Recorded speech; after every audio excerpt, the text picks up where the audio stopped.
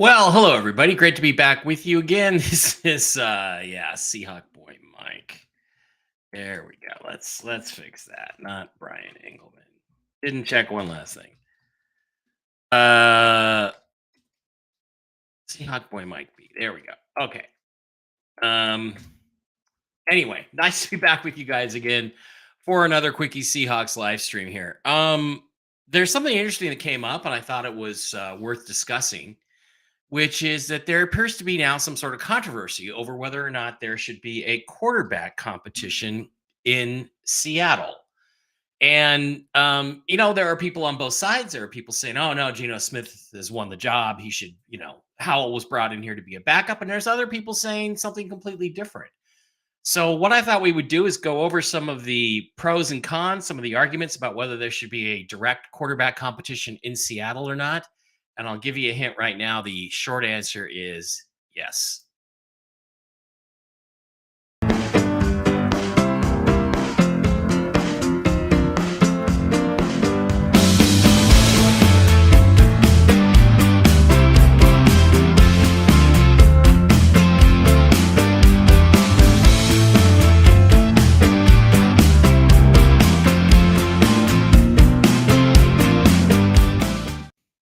All right, everybody, welcome back. Seahawk Boy Mike here with you with another update, another new edition of Seahawk Boys TV. Great to be with you guys from beautiful but windy Las Vegas, Nevada. It's going to cool down here for a couple days, and there's a big cold front coming in, so we're going to get lots of wind. Got to get my dog out, get him to the park real quick. Okay, so an issue came up, and it was discussed a little bit on Twitter yesterday, fairly widely, actually. And the question was simply, should there be a quarterback competition for the starting job in Seattle? And, again, I think there's some straight up logic you could apply to this, first of all, which is if if Sam Howell coming into his third year is not good enough to beat out Geno Smith for the starting quarterback's job with the Seattle Seahawks in 2024, what did you trade for him for? Why is he here? What is the point of even having him? And why didn't you draft a quarterback like Spencer Rattler in the 4th or the 5th round, which is what you should have done in this last draft, as we've covered over and over again in previous videos? And the answer to that's pretty straightforward. He better be, because if Sam Howell isn't good enough by his 3rd year in the NFL, 2nd year competing for a starting job, to beat out Geno Smith, he's not good enough to win you a Super Bowl, which means you should have gone and gotten a quarterback in the draft, and which means you made a mistake by trading for him. So here we are, and let's try to figure this out and sort it all out. It all started yesterday with a tweet from Hawks. What is it? Hawks Mania. One of my not really favorite, but he's a good Seahawks Twitter guy that I like. And he came out and he said Jim Nagy, a former Seahawks scout and current Senior Bowl executive director, hopes that the Yearsome quarterback, that's as bad as me having Engelman's name on there, that the quarterback, that this year the quarterback competition opens up the opportunity for Sam Howell. He said, I really hope they open it up. He said said Nagy, who was an NFL scout for 2 decades. I hope it's an open competition, similar to like when they had Russell and Matt Flynn. And I was with the Chiefs when Russell came in at Kansas City in the preseason and lit us up. I would love to see a legitimate open competition and see where this thing comes out, because I think Sam's a starting quarterback in the league. We all hope so. I give Seattle a lot of credit that they went out and traded for a guy that they thought highly of through the draft process. Nagy said, you've got a guy who's younger than some of these QBs that were in this draft class, who's got all this game experience. I'd just love to see him with a better supporting cast. And I'm not sure, but I think that may have come from the interview Nagy did with Rob Staten a couple days ago over on Rob's YouTube channel, which is linked in the description below and always is highly recommended to listen to. So, okay, let's take all that and kind of absorb it and think about it a little bit. He has a high opinion of Sam Howell. I don't, because I've seen him play. And I've seen all the interceptions he threw, which were terrible. And I feel like you're going to have to take a year to untrain him from all the mistakes that he's made and all of the pressure and all of the screw ups he's had in the last couple of years. No, Glenn, the Seahawks, do they have a quarterback? I don't know. Do they? They haven't had one since 2021. We know that really well. They had Geno. Geno had a good 2022. So then the question is, should Geno Smith just be given this starting job, or should he have to fight for it? And, there are quarterbacks who you don't question. You don't question Mahomes. You don't question Joe Burrow. You don't question Justin Herbert in San Diego. You don't question that they're the starting quarterback. And it's actually kind of an insult to bring somebody in to compete with them. So you don't do that. But Seattle has always had this thing under the Pete Carroll era of always compete. Now that was a Pete Carroll thing. Always compete. Every job's open, and we don't know what Mike Macdonald's going to do with that. Macdonald might feel that questioning Geno, putting pressure on him, where the quarterback competition isn't the best thing to get the maximum performance out of Geno Smith. Now that is a philosophy that some NFL teams and coaches would take. It is a failed philosophy, in my opinion, because look, if you're not good enough to stand up to this young guy coming in trying to take your job, you're not good enough to win us a Super Bowl. It's that simple. If that pressure is too much for you, you're not going to play good against the 49ers. You're not going to be able to make up a 37-3 deficit to Mike Macdonald's Ravens like from last year. You're simply not going to be good enough. So everybody should have to compete for their jobs at all times. The NFL should be, and used to be, and maybe still is, a meritocracy. So then the question becomes, okay, but hasn't Geno earned enough credit with the Seahawks to justify not having to compete for the starter's job? And I think the answer has to be no to that. I bet you're surprised that I came up with that answer. But I think the answer is no. And the reason why is that Geno had a great year in 2022, and then he had a considerable drop-off in 2023. And we're going to kind of go through that and take a look at it. But also there's another thing that's really important to consider, which is that Geno, excuse me, Geno also has the highest cap hit of any player on the Seahawks team. He's at $26.4 million right now. And for 2025, he's going to be even higher, $38.5 million.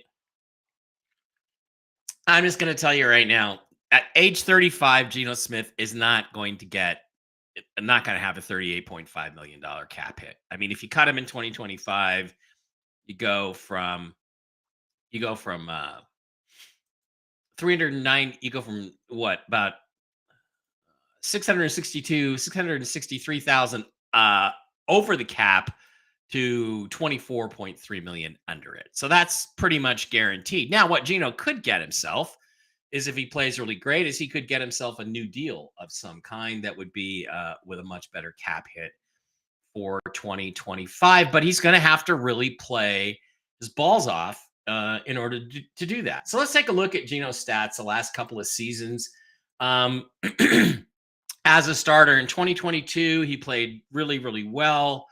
He had a 69.8% completion percentage, threw for 82 yards. People say, oh, well, that's a team record. It's only a team record because he played an extra game. And it was in that extra 17th game that the record was broken. So Russell Wilson still has a single season yardage record for the Seattle Seahawks. He threw 30 touchdowns and 11 interceptions, almost a 3-to-1 touchdown to interception ratio, and a 100.9 quarterback rating. All of that is really good and really acceptable. I consider these, well, not yards, but I consider most of these stats to be the crucial ones when evaluating a quarterback. But what I told everybody last week and last year, and again, I'm literally like the only guy out here saying this last year. I told everybody in Seahawks Twitter land and Seahawks YouTube land that Geno Smith was guaranteed to decline in 2023.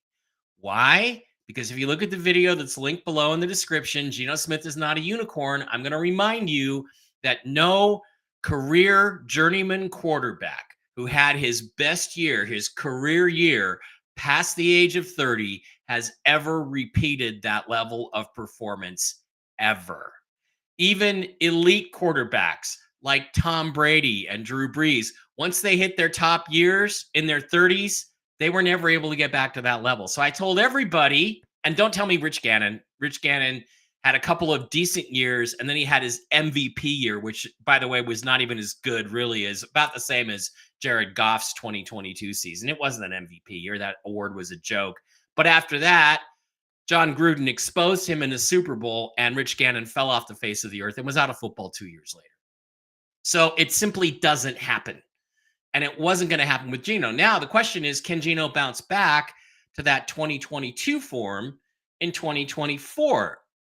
It's not likely with him turning 34 years old. It's just not very likely. So that is a reason why I have been pounding the table for the last 3 off seasons to get a young, talented quarterback in here. And his name isn't Sam Howell. Now, Howell may yet prove us all wrong, may prove me wrong.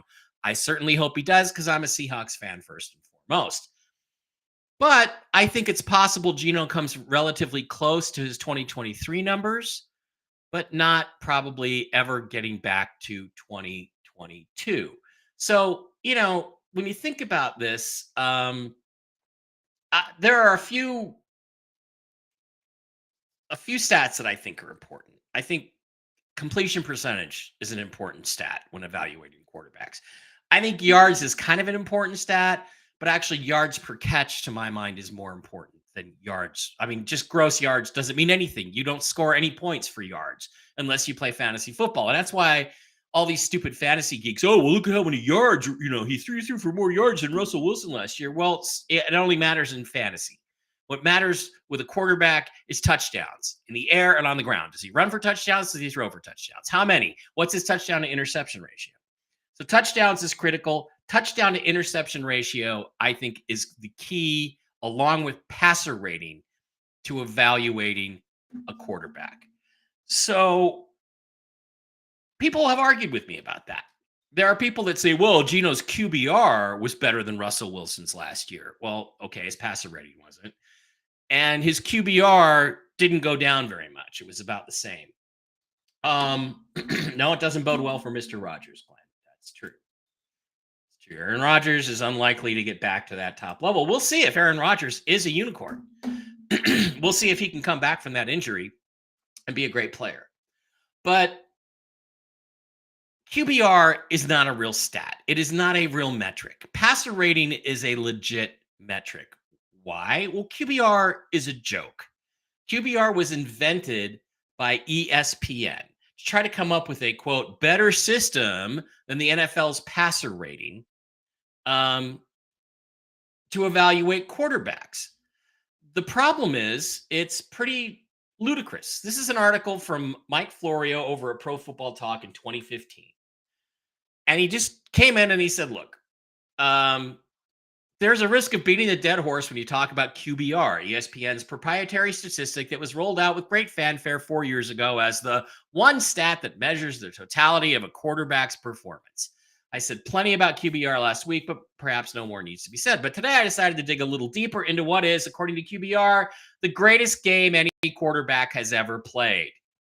Charlie Batch's 186-yard, 2-interception performance against the Buccaneers in 2010. Really, under all-time best games on ESPN's QBR page, the top game on the list is an utterly forgettable game that Batch played in place of the suspended Ben Roethlisberger in 2010. I couldn't comprehend how 186 yards and 2 interceptions could add up to the greatest game ever played with a 99.9 QBR on a scale of 0 to 100. But then again, I didn't remember exactly what Batch did in that game, and I know ESPN claims that QBR benefits from tape analysis that includes dropped passes and performance under pressure. Yeah, because that's a measurable real metric, right? And other things that traditional stats overlook. So I decided to rewatch Batch's game and see how it looked. Thanks to NFL.com's Game Pass, it's easy to go back and watch old games, so I did. And what I saw was not the greatest game any quarterback had in NFL history. Not even close. I'm sure Charlie Batch doesn't think it was the greatest game in NFL history. I'm sure Charlie Batch's mom doesn't think it was the greatest game in NFL history. No sane person could possibly think it was the greatest game in NFL history. Only ESPN's super secret QBR formula could possibly arrive at the conclusion that it was the greatest game in NFL history. Okay, so I don't want to beat a dead horse here either. But you know, don't don't come at me with that QBR shit. QBR is a joke. And what I will tell you again is going back to Geno's stats. What I will tell you again is what I've said before, which is that you can say anything you want about passer rating. What NFL statistics do, and and I think touchdown to interception ratio should be listed in their standard stats you can get on ESPN and so forth. Like if you go over to ESPN's passer stats for 2023, they have a lot of information, but they don't have touchdown to interception ratio, which I think is really important. But I'm going to say this again because it's true, and I want everybody to really absorb it. I have never seen a quarterback have a great game and have a terrible passer rating. I have never seen a quarterback have a shit game and have a great passer rating. It's consistently accurate in terms of the perceived performance of a player, of a quarterback on a given day. And for that reason, it is a valuable stat. Other stats that I think are important that are kind of overlooked is toxic differential, which is Brian Billick's stat that he came up with in 2010 or 2012, started talking about it, which you can't hardly really find anywhere. Toxic differential is explosive plays given up versus explosive plays generated. And I think that's a really critical thing to evaluate team stats. So, okay, so let's look at, Geno's stats. And again, what you see is that in 2023, he took a marked decline. In 2022, his completion percentage was 69.8. In 2023, it declined to 64.7. His yards, again, which I don't think is that important, declined from 4282 to 3624.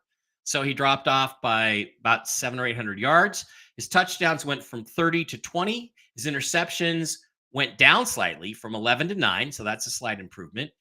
And his quarterback rating dropped from 100.9 to 92.1.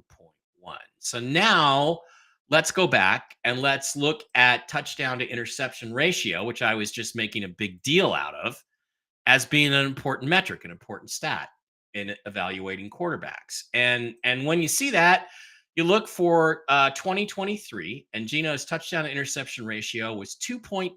It's pretty good. That's 1, 2, 3, 4, 5, 8, 9, 10, 11, 12, 13, about 17th, 16th, 13th, 14th in the NFL. Notice how far behind Russell Wilson he is. Russell Wilson has one of the greatest touchdown to interception ratios in NFL history. I believe he's in the top 10, 5 or 10 on that. Fantastic. Meaning he doesn't give the ball away. He throws a lot of touchdowns, doesn't give the ball away. You also might notice that Justin Fields has a slightly better touchdown to interception ratio than Sam Howell. Justin Fields is 1.78 to 1. Meaning he throws almost 2 touchdowns for every interception he throws. Sam Howell's, of course, 21 to 21 was 1 to 1. 2 to 1 is not good enough. 3 to 1, 2.5 to 1 to 3 to 1 is really good. CJ Stroud's 4 to 1 is fucking phenomenal. 4.6 to 1 is fucking phenomenal, as is Dak Prescott's 4. That's amazing.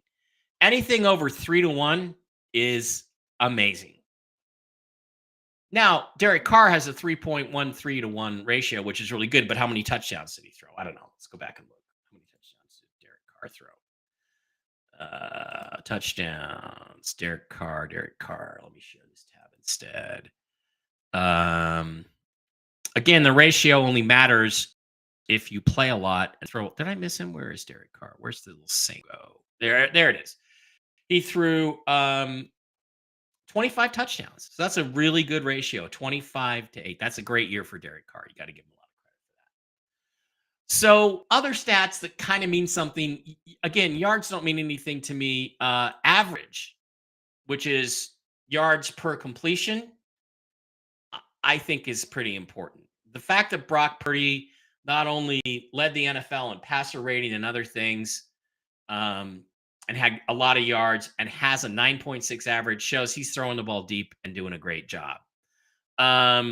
Geno was 13th at 7.3 And where is our other quarterback? Da, da, da, da, da. I'm looking for a Seahawks logo. Sam Howell, 6.44. That's not very good. That's not really very good. So, um, and where was Russ, by the way? Just for argument's sake, because everybody's going to bring up Russ. Where was Russ? I must have just gone right past him. Probably everybody else can see it. Russell Wilson, 23rd, 6.9. So that shows you that, again, the air was taken out of the offense in Denver. It was a very short yardage offense. He did not let Russ do what he does best, which is throw the ball deep. So, okay. So we went and looked at Geno's 2023 touchdown to interception ratio, and it was 2.22. Now let's look at his 2023 ratio. Now let's look at his 2022 ratio. It was 2.73. 30 and 11 versus 20 and 9. So he dropped off by a fairly significant margin. So as I went through and looked at it, I found out and went through and did some percentage calculations.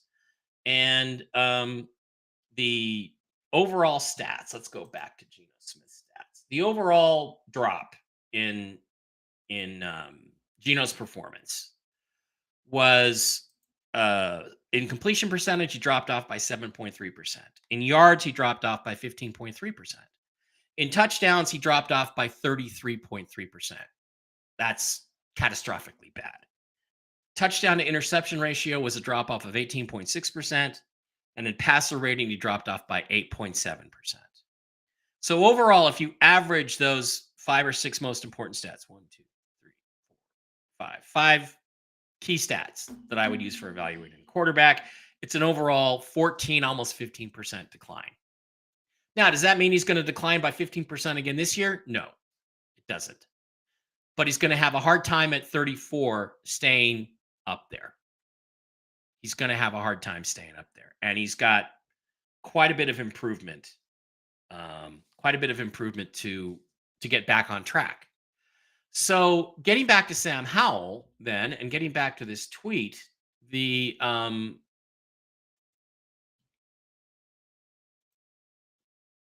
reality is that there's no point in trading for Sam Howell unless you're going to let him compete for the starting job.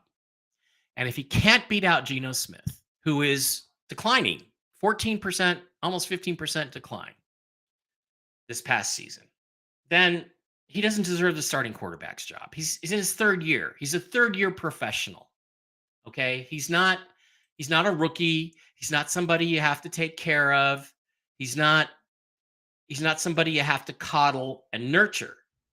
And if he can't compete with Geno Smith, or if Geno Smith can't compete with him, then what are we doing? We don't have the right quarterbacks. And we should have drafted one either in 2022 or 2023 or 2024. Here's the thing. Schneider supposedly loved Sam Howell. Oh, I love Sam Howell in 2022. Well, why didn't you take him with your 4th round pick then instead of Kobe Bryant, who's probably going to have a really hard time making the 53-man roster? Why didn't you just take him? We'd have 2 years in this system, so we would be able to evaluate whether he was good enough or not.